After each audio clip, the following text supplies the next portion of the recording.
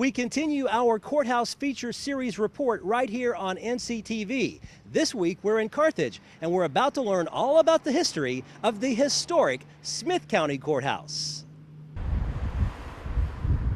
Right in the middle of downtown Carthage proudly stands the Smith County Courthouse, arguably the most recognizable building in Smith County. What happened in the early days before this courthouse was actually built? Well, actually, the first court was actually held sometime in 1799, and it was at Mr. Tillman Dixon's home down in Dixon Springs. And I know the county was named after Daniel Smith, who was a Revolutionary War colonel, but the first court was held in that area.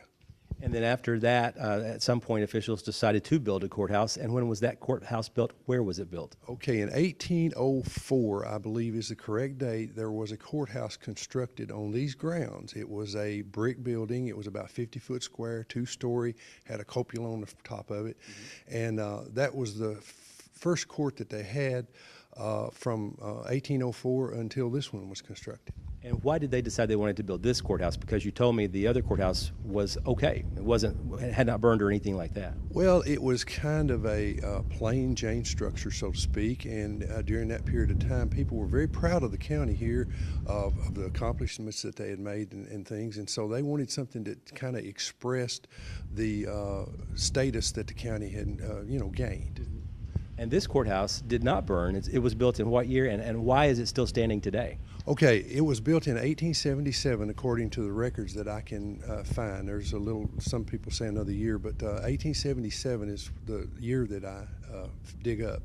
The reason that it was always intact is because the Union troops came here during the Civil War, and it was never disturbed. The courthouses here were never disturbed, so we didn't lose our records or anything. Now, I think there were some local disturbances. I know there's an interesting story about how this Carthage became the county seat. In fact, there was 2 different factions, and they actually had a town that they had made just for that. They were going to call it Bledsoeboro, and there was a big hoorah about that, and I think it wound up the person that had the most liquor was the one that kind of won the county seat, is the way that happened. But anyway, all the merchants that were in Bledsoeboro moved up here, and they formed the town of Carthage, and that's how it became what it is today in the county seat. And in today's time, Bledsoeboro would be where in Smith County? You know, I am not sure, but I know it's somewhere between here and Dixon Springs on the river. So not Gordonsville or South Carthage then? No, those were never considered. As a matter of fact, Dixon Springs was considered to be possibly the state capital at one time, because you see, all of the counties in the state here were formed out of this one county, and there's a little controversy about that. Some say Sumner, some they say Smith, so I'm not sure about that. Of course, today the courthouse isn't used for a whole lot. What offices are still inside this courthouse? Oh, well, actively, the only court offices, or actually they're not court offices, the only offices that we have here in the courthouse today are the Veterans Administration Office, which is on the 1st floor, and then the TBI, Tennessee Bureau of Investigation, has some offices on the 3rd floor. And there's also some other activity goes on here. The county commission is the one that meets here on a Monday every other month, and they always have their meeting here. How long was this maybe a functional courthouse from the perspective of, you had the court cases here, that kind of thing? What year did that stop? About 2010, I believe, is when we finished up the court and jail facility that's now over on the other side of town, and we moved everything from there to here, and we actually moved the jail as well. So all of that is in one facility now. Of course, in this courtroom, very historic as we're talking, it's over 100 years old, obviously, more than probably close to 150, I guess. Who are some of the photographs in here of, and maybe there's a bust over there as well? Well, if you look around the courtroom, you'll see a bust of Cordell Hull. Now, Cordell Hull was a very prominent figure here in the area. As a matter of fact, he was the inspiration for Mr. Al Gore Sr.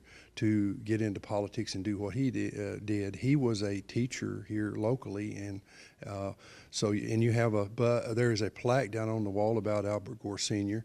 Then there is also a picture here of Albert Gore Jr. in the courtroom.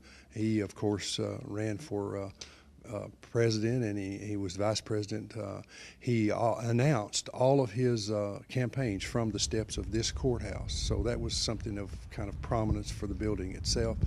If you go around, there's a picture of Judge Turner, and there's several other historic figures that are depicted here or have some, remembrance of them. How important do you think Smith County is to the Gore family? Well, obviously it's of a great importance, and you think about it, their family roots. I mean, Mr. Gore Sr. grew up here.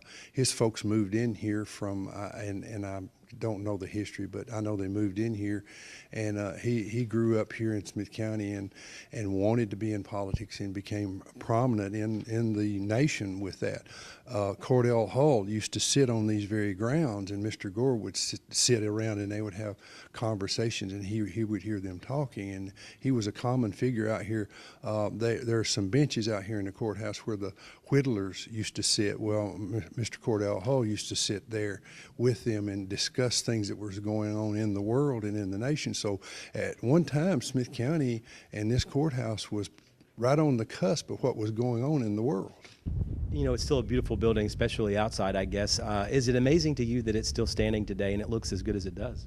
Well, it is amazing. The current county court and a few years back had the foresight and the good sense to fix the roof. The roof is starting to leak, and of course that's the death of a building.